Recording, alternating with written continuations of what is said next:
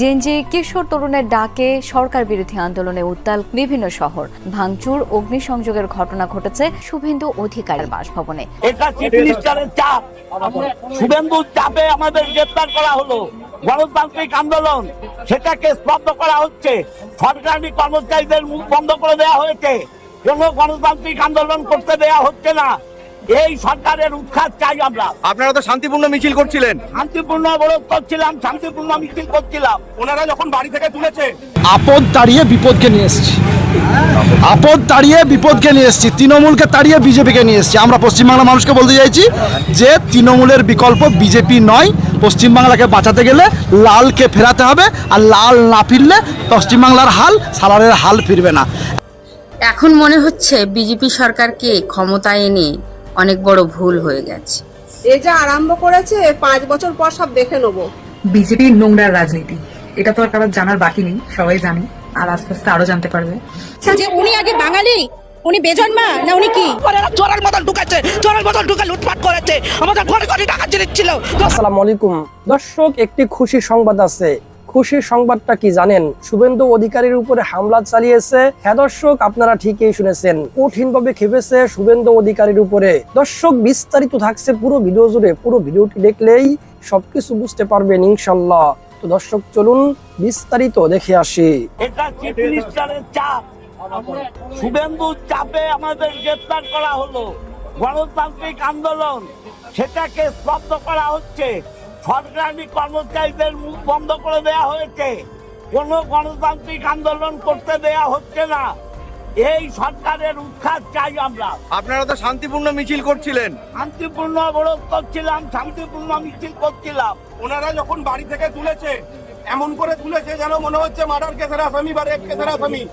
ওরা যখন গেছে, ওদের জিজ্ঞেস করা হয়েছে যে কোন কেসে নিয়ে যাচ্ছে। Magistrate travel offence, magistrate travel offence. যদি অ্যারেস্ট করে থাকেন তাহলে অ্যারেস্ট মেমো আছে, অ্যারেস্ট মেমো সই করায়নি। সম্পূর্ণ অগণতান্ত্রিক পদ্ধতিতে এই তৃণমূল কংগ্রেসের কর্মীদেরকে আটকানো হলো। মোট কতজনকে আটক করা হলো? 10 জন হবে। এরপরে দাদা, আন্দোলন কি তীব্রতর হবে? আন্দোলন কি তীব্রতর হবে? আন্দোলন চলবে, চলবে, আন্দোলন চলবে। যাচ্ছে না, যাবে না। দেশ বাঁচা। পুলিশ জানে, এখনো আমরা কেউ কিছু জানি না। কেন? পুলিশ জানে, পুলিশ। কালকের অবরোধের পরেই অ্যারেস্ট, কালকের অবরোধের পরেই অ্যারেস্ট, কালকে অবরোধের পরেই অ্যারেস্ট। বন্দে বন্দে জয় বাংলা, জয় বাংলা, জয় বাংলা, জয় বাংলা, জয় বাংলা, জয় বাংলা, জয় বাংলা, জয় বাংলা, জয় বাংলা। জিন্দাবাদ, জিন্দাবাদ, জিন্দাবাদ, জিন্দাবাদ। অত্যাচার করে তৃণমূলকে আটকানো যায় না, যাবে না, যায় না, যাবে না, তৃণমূলকে দমন করা যায় না, যাবে না, যায় না, যাবে না, তৃণমূলকে দমন করা যায় না, যাবে না, যায় না, যাবে না। মমতা ব্যানার্জি জিন্দাবাদ, জিন্দাবাদ, জিন্দাবাদ। আমাদেরকে গ্রেপ্তার করে তৃণমূলকে দমন করা যায়নি, যাবে না, যায়নি, যাবে না। এখন মনে হচ্ছে বিজেপি সরকারকে ক্ষমতায় এনে অনেক বড় ভুল হয়ে গেছে। এ যা আরম্ভ করেছে 5 বছর পর সব দেখে নেবো। বিজেপির নোংরা রাজনীতি, এটা তো আর কারোর জানার বাকি নেই, সবাই জানে, আর আস্তে আস্তে আরো জানতে পারবে। আচ্ছা শুভেন্দু বাবু, আপনার মাথায় এসব কুবুদ্ধিগুলো কে দিচ্ছে বলুন তো? ডাকাতের থেকে চোর ভালো, ছিচকে চোর ভালো, ঠিক আছে? ডাকাত আসবে পুরো লুটে নিয়ে সাদা করে দেবে, চোর একটুখানি চুরি করে তাও চলে যাবে, একটুখানি রেহেম করবে আপনার উপরে। এর জন্য না, মানে আমি সত্যি বলছি, আমি পার্টি পলিটিক্স কোনোদিন করতাম না, কিন্তু একটা এমন টাইম এসেছে না এখন যে সত্যি মনে হচ্ছে যে না, ওই বর্বর গুলোর হাত থেকে যদি বাঁচতে হয় তাহলে আমার মনে হয় যে এর জায়গায় সিপিএম চলে আসুক, আবার তাও ভালো, টিএমসি আসুক, কংগ্রেস আসুক, তাও ভালো। কিন্তু এই নোংরা রাজনীতি, ধর্ম নিয়ে রাজনীতি, মন্দির মসজিদ না করে কটা সরকারি হসপিটাল বানিয়েছেন এত বছরে, 2014 থেকে 2026। আপনারা তো ডবল ইঞ্জিন সরকার, দেখাতে পারবেন? পারবেন না, কারণ আপনারা তো হিন্দু আর মুসলিম করতে ব্যস্ত ছিলেন। বড় বড় ইলেকশন আসার আগেই পুলওয়ামা কাণ্ড হয়ে যাচ্ছে, পাকিস্তানের সাথে যুদ্ধ হয়ে যাচ্ছে, পাকিস্তান হামলা করে দিচ্ছে ভারতের ওপর, রাশিয়ায় যুদ্ধ লেগে যাচ্ছে, আমাদের এখানে ইলেকশন হচ্ছে, রাশিয়ায় যুদ্ধ লেগে যাচ্ছে। এই যে হকার উচ্ছেদ, বস্তি উচ্ছেদ, দেখো অন্যায় অবশ্যই করেছে তারা অন্যের জায়গা দখল করে, কিন্তু তাদেরকে সময় দেওয়া উচিত। এমন কোনো কাজ নেই, কলকারখানা নেই যে মানুষ খেটে খাবে। অনেকের দেখবে এর উপরে জীবিকা নির্বাহ করে, দুটো খেয়ে বেঁচে থাকে এই সব কাজকর্ম করে। কারণ এখানে চাকরি বাকরির এত অসুবিধে, মানুষের বাইরে চলে যেতে হয় কাজের জন্য। তারা কি খাবে বলো তো, কি করবে বলো তো? আমিও একজন বিজেপি ভক্ত মানুষ, ওই যে আমি বলে থাকি রাম ভক্ত হনুমান। তবে মনে হয় নাকি যেগুলো অন্যায় করছে তাদেরকে সময় দিয়ে, তাদেরকে একটা ব্যবস্থা করে, এরা তো রাস্তায় পড়ে মরে যাবে যা অবস্থা এখন। বিজেপি ভয় পেয়েছে, বিজেপিকে ভয় পেতে হবে, কারণ বিজেপির ভয় পাওয়ার সময় হয়ে এসছে। শুধু বাংলা না, যেই 22টা স্টেটে বিজেপি রয়েছে সব মানুষ হাহাকার করছে, বলছে এই বিজেপি আর না আর না আর না। হঠাৎ করে যখন এই যে পরিবর্তন, এই পরিবর্তনটা সত্যি, মানে আমি টিএমসি থেকে আমি বলছি তো, একটা চুলও আমি কোনোদিন কোনো হেল্প নিতেও যাইনি, পাইনি।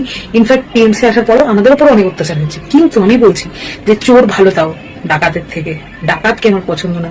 আমরা পশ্চিমবাংলায় থেকেছি, টিএমসি আর যাই করুক, পশ্চিমবাংলায় যারা রয়েছে তাদেরকে স্বাধীনভাবে থাকতে দিয়েছিল, এই বর্বর নেতাদের মতো নোংরামি করেনি।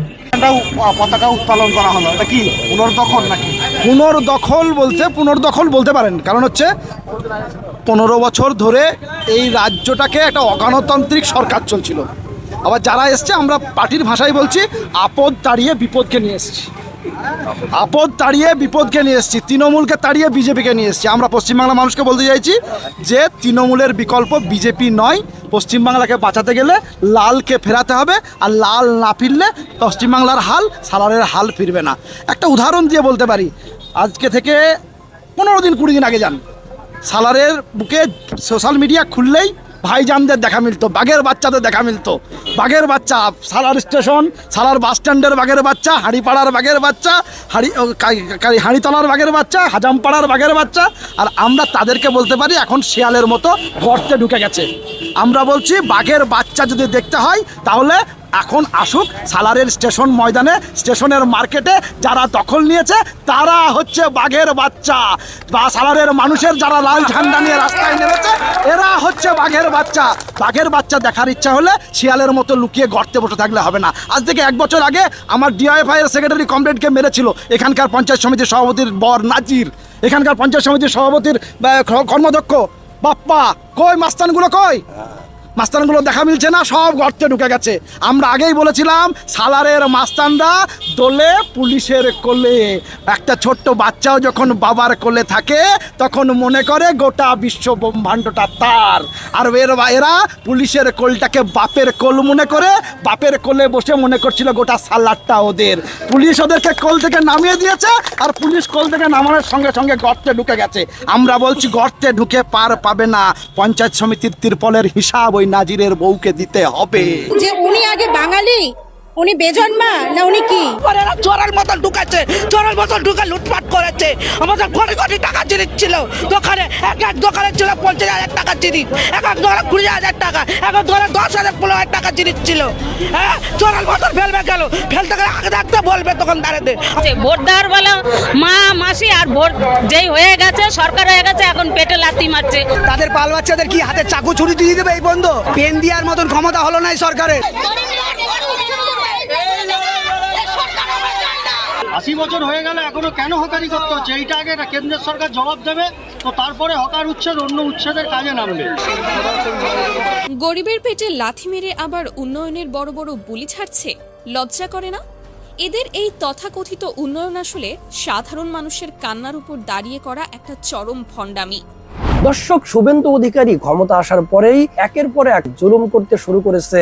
সে ভেবেছে এই করেই মনে হয় সে ভালো থাকতে পারবে, কিন্তু সে জানে না আল্লাহ ছাড় দেন কিন্তু ছেড়ে দেন না। এমন এক সময় আসবে শুভেন্দু অধিকারীর পালানোর জন্য পথ খুঁজে পাবে না। হ্যাঁ, আপনারা ঠিকই শুনেছেন, বেশি দিন নাই আর সেই দিনের। খুব তাড়াতাড়ি দেখবেন ভারতের হিন্দুরাই শুভেন্দু অধিকারীকে গণধোলাই দিচ্ছে। তো যাই হোক, আল্লাহ সুবহানাহু ওয়া তাআলা যেন হেফাজত করেন, আমিন আমিন। তো দর্শক, আজকের এই ভিডিওটি এ পর্যন্তই। আজকের এই ভিডিওটি ভালো লাগলে লাইক এবং শেয়ার করে দিয়েন। আর হ্যাঁ, নিত্য নতুন আপডেট ভিডিও পেতে চ্যানেলটি সাবস্ক্রাইব করতে ভুলবেন না। দেখা হবে নতুন ভিডিওতে। আসসালামু আলাইকুম ওয়া রাহমাতুল্লাহ।